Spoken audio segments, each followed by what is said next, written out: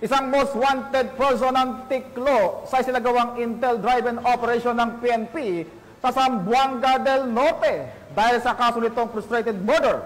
Ang detalye mula kay Patrolwoman Joyce Franco.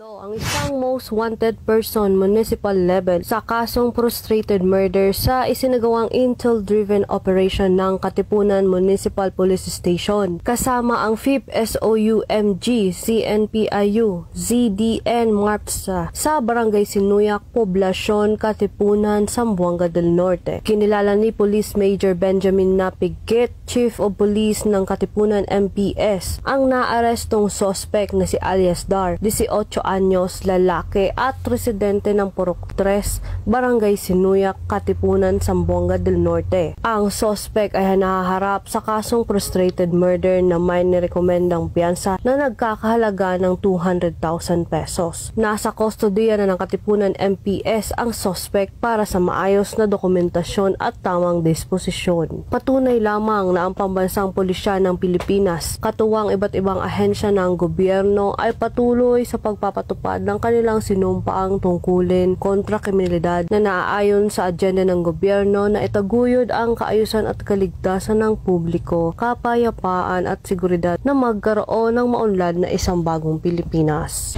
Mula rito sa Police Regional Office 9, ako ang inyong PNN Correspondent, Patrolwoman Joyce Franco.